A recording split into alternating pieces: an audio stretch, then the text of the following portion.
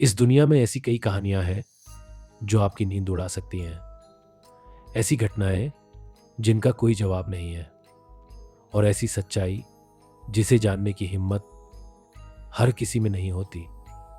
स्वागत है आपका अनुभव स्टोरी पर। तो चलिए उस कहानी की ओर चलते हैं जो आपको रोमांचित कर देगी और आपके मन में ढेर सारे सवाल छोड़ जाएगी।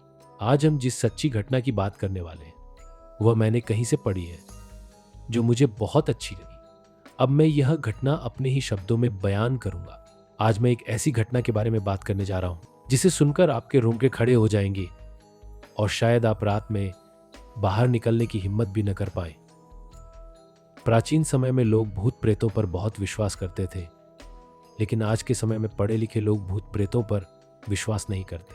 कुछ लोग पढ़े लिखे जिन्हें भूत प्रेत पर पूरा विश्वास होता है, वे भी इन आत्माओं के अस्तित्व को नकार जाते हैं, क्योंकि उन्हें पता है कि अगर वे किसी से इन बातों का जिक्र करें तो सामने वाला यही बोलेगा, पढ़े लिखे होने के बाद भी आप ये कैसी बातें कर रहे हैं। मैं आज यहाँ दो वृत्तांत का वर्णन करूंगा जिनको सुनने पढ़ने के बाद आपको क्या लगता है, अवश्य बताएं। खैर, मैं भी तो भूत प्रेत को नहीं मानता, पर कभी कभी कुछ ऐसी घटनाएं घट जाती हैं कि भूत प्रेत के अस्तित्व को नकारना बनावटी लगता है। बात कोई 15-16 साल पहले की है। मैं जिस जगह पर काम करता था वहीं पास में एक फ्लैट किराए पर लिया था। इस फ्लैट में मैं अकेले रहता था। हाँ, कभी कभी कोई मित्र संबंधी आदि भी आते रहते थे। इस फ्लैट में एक बड़ा सा हाल था और इसी हाल से संबंधित एक बाथरूम और रसोई घर। एक छोटे से परिवार के लिए यह फ्लैट बहुत ही अच्छा था, और सबसे खास बात यह थी कि यह पूरी तरह से खुला खुला था। मैं आपको बता दूं कि इस फ्लैट का हाल बहुत बड़ा था और इसके पिछले छोर पर शीशे जड़ित दरवाजे लगे थे जिन्हें आप आसानी से खोल सकते थे। पर मैं इस हाल के पिछले भाग को बहुत कम ही खोलता था, क्योंकि कभी कभी भूलवश अगर यह खुला रह गया तो बंदर आदि आसानी से घर में आ जाते थे और बहुत सारा सामान इधर उधर कर देते थे। आप सोच रहे होंगे कि बंदर आदि कहां से आते होंगे, तो मैं आप लोगों को बताना भूल गया कि यह हमारी बिल्डिंग एकदम से एक सुनसान किनारे पर थी और इसके अगल बगल में बहुत सारे पेड़ पौधे, जंगली झाड़ियां आदि थी। अपने फ्लैट में से नीचे झांकने पर सांप आदि जानवरों के दर्शन आम बात थी। एक दिन शाम के समय मेरे गांव का ही एक लड़का, जो उसी शहर में किसी दूसरी कंपनी में काम करता था, मुझसे मिलने आया। मैंने उससे कहा, आज तुम यहीं रुक जाओ और सुबह यहीं से ड्यूटी पर चले जाना। पर वह बोला, मेरी ड्यूटी सुबह 7 बजे से होती है, इसलिए मुझे 5 बजे जगना पड़ेगा, और आप तो 7-8 बजे तक सोए रहते हैं, तो कहीं मैं भी सोया रह गया तो मेरी ड्यूटी नहीं हो पाएगी।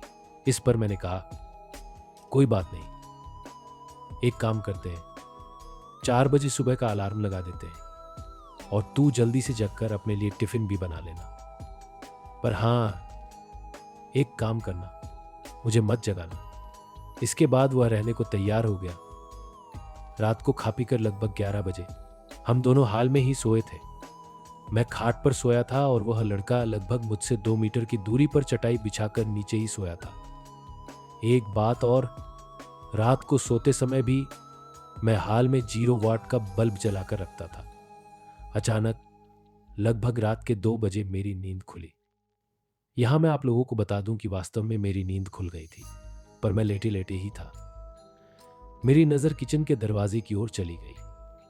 मैं क्या देखता हूं कि एक व्यक्ति किचन का दरवाजा खोलकर अंदर गया, और मैं कुछ बोलूं उससे पहले ही फिर से किचन का दरवाजा धीरे धीरे बंद हो गया। मुझे इसमें कोई हैरानी नहीं हुई, क्योंकि मुझे लगा कि गांव वाला लड़का ड्यूटी के लिए लेट ना हो, इस चक्कर में जल्दी जाग गया होगा। बिना उस लड़के की ओर देखे ही ये सब बातें मेरे दिमाग में चल रही थी। पर अरे, ये क्या! फिर से अचानक किचन का दरवाजा खुला और उसमें से एक आदमी निकलकर बाथरूम में घुसा, और फिर से बाथरूम का दरवाजा बंद हो गया। अब तो मुझे थोड़ा गुस्सा भी आया, और चूंकि वह गांव का लड़का रिश्ते में मेरा भतीजा लगता है, इसलिए मैंने घड़ी देखी और उसके बिस्तर की ओर देखकर गाली देते हुए बोला, बेटे, अभी तो 3 महीने ही बजे हैं और तू जगकर खटर पटर शुरू कर दिया। अरे यह क्या? हाँ? इतना कहते ही अचानक मेरे दिमाग में यह बात आई कि मैं इसे क्यों बोल रहा हूं। यह तो सोया हुआ है। अब तो मैं फटाक से खाट से उठा और दौड़कर उस बच्चे को जगाया। वो आंख मलते हुए उठा, पर मैं उसे कुछ बताए बिना सिर्फ इतना ही पूछा, क्या तू 3 मिनट पहले जगा था? तो वह बोला, नहीं तो, और फिर से सो गया। अब मेरे समझ में कुछ भी नहीं आ रहा था। मैंने हाल में लगे ट्यूबलाइट को भी जला दिया। अब पूरे हाल में रोशनी हो गई थी। मेरी नजरें अब कभी बाथरूम के दरवाजे पर तो कभी किचन के दरवाजे पर थीं, पर किचन और बाथरूम के दरवाजे अब पूरी तरह से बंद थे। अब मैं हिम्मत करके उठा और धीरे धीरे जाकर बाथरूम का दरवाजा खोला। बाथरूम छोटा था और उसमें कोई नहीं दिखा। इसके बाद मैंने किचन का दरवाजा खोला और उसमें भी लगे बल्ब को जला दिया, पर वहां भी कोई नहीं था। अब मैं क्या करूं? नींद भी एकदम से उड़ चुकी थी। इस घटना का जिक्र मैंने किसी से नहीं किया। मुझे लगा यह मेरा वहम था, और अगर किसी को बताऊंगा तो लोग मेरे रूम में आने से भी डरने लगेंगे। इस घटना को बीते लगभग 1 महीना हो गया था, और रात को फिर कभी मुझे ऐसा अनुभव नहीं हुआ। एक दिन मेरे गांव के 2 लोग हमारे पास आए। उनमें से एक को विदेश जाना था और दूसरा उसे छोड़ने आया था। वे लोग रात को मेरे यहां ही रुके थे, और उस रात मैं अपने एक रिश्तेदार से मिलने चला गया था और रात को वापस नहीं आया। सुबह सुबह जब मैं अपने रूम पर पहुंचा तो वे दोनों लोग तैयार होकर बैठे थे और मेरा ही इंतजार कर रहे थे।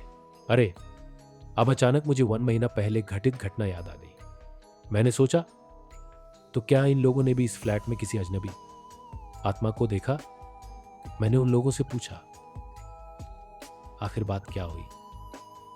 तो उनमें से एक ने कहा, रात को कोई व्यक्ति आकर मुझे जगाया और बोला कि कंपनी में चलते हैं। मेरा पर्स वहीं छूट गया है। फिर मैं थोड़ा डर गया और इसको भी जगा दिया। इसने भी उस व्यक्ति को देखा। वो देखने में एकदम सीधा साधा लग रहा था और शालीन भी।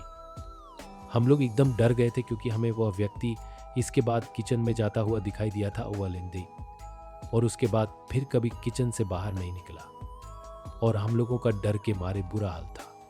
हम लोग रात भर बैठकर हनुमान का नाम जपते रहे और उस किचन के दरवाजे की ओर टकटकी लगाकर देखते रहे, पर सुबह हो गई और वो आदमी अभी तक किचन से बाहर नहीं निकला।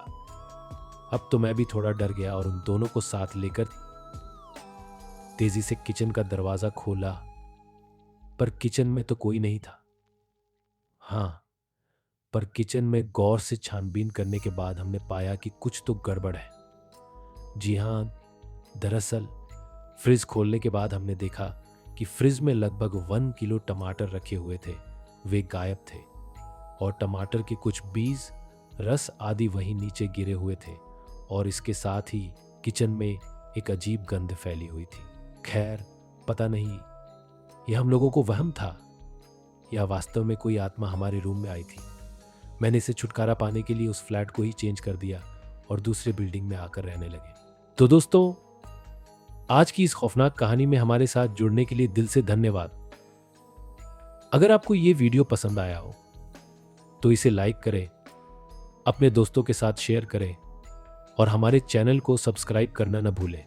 अगर आप ऐसी और भी डरावनी कहानियों को देखना चाहते हैं तो कमेंट करके हमें जरूर बताएं, और हाँ, घंटी के आइकॉन को दबाना न भूलें ताकि आपको हमारी अगली कहानी का नोटिफिकेशन सबसे पहले मिले। तब तक सुरक्षित रहें और अंधेरे में अकेले मत जाएं। मिलते हैं अगली कहानी में।